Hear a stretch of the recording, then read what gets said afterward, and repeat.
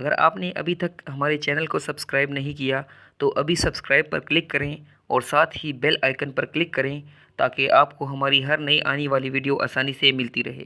رمضان المبارک کے مقدس مہینے میں اکثر روزہ داروں کو صحت سے متعلق پریشانیوں کا سامنا کرنا پڑتا ہے، اور اس مرتبہ چونکہ رمضان المبارک کے روزے مئی اور جون کی شدید گرمی میں آئے ہیں تو اپنی صحت کا خیال کرنا بے حد ضروری ہے۔ طبی ماہرین کے مطابق گرمی کے روزوں میں روزہ دار سحر و افطار میں پروٹین، کاربوہائیڈریٹ اور ریشہ دار غذاؤں کا استعمال کریں۔ اس مرتبہ روزے کا دورانیہ 15 گھنٹے سے زائد کا ہے، اسی لیے اپنی خوراک کا بھرپور خیال رکھنا چاہیے۔ سحری میں ایسی غذا کھائیں جو پروٹین سے بھرپور ہو جس سے آپ کو دن کے وقت کمزوری کا احساس نہ ہو۔ افطار کے وقت کھجور اور فروٹس کا زیادہ استعمال کریں اور افطاری کے فوراً بعد پانی نہ پئیں۔ کوشش کریں آم اور کھجور کا ملک شیک استعمال کریں۔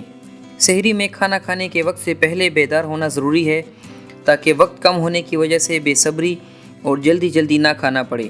کوشش کریں سحری میں متوازن قسم کی صرف ایک غذا کا استعمال کریں۔ سخت گرمی کے موسم میں جسم کو پانی کی ضرورت زیادہ رہتی ہے، اس لیے پانی بھی پوری مقدار میں پینا چاہیے، لیکن کوشش کریں سحر و افطار میں ایک ساتھ زیادہ پانی پینے کے بجائے وقفے سے تھوڑا کر کے پئیں۔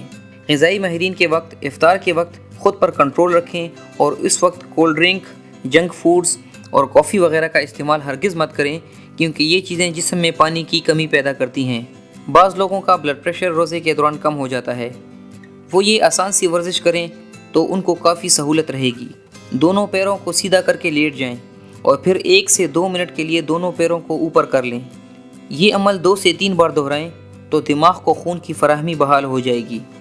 گرمیوں کے روزوں میں براہ راست دھوپ میں نکلنے سے گریز کریں اور زیادہ مشقت والا کام نہ کریں۔ دن کے وقت 2 سے 3 گھنٹے کی نیند ضرور کریں۔ دوستو، اگر آپ کو آج کی یہ ویڈیو پسند آئی ہو تو اسے لائک کریں اور اپنے دوستوں کے ساتھ شیئر کریں۔ اللہ حافظ۔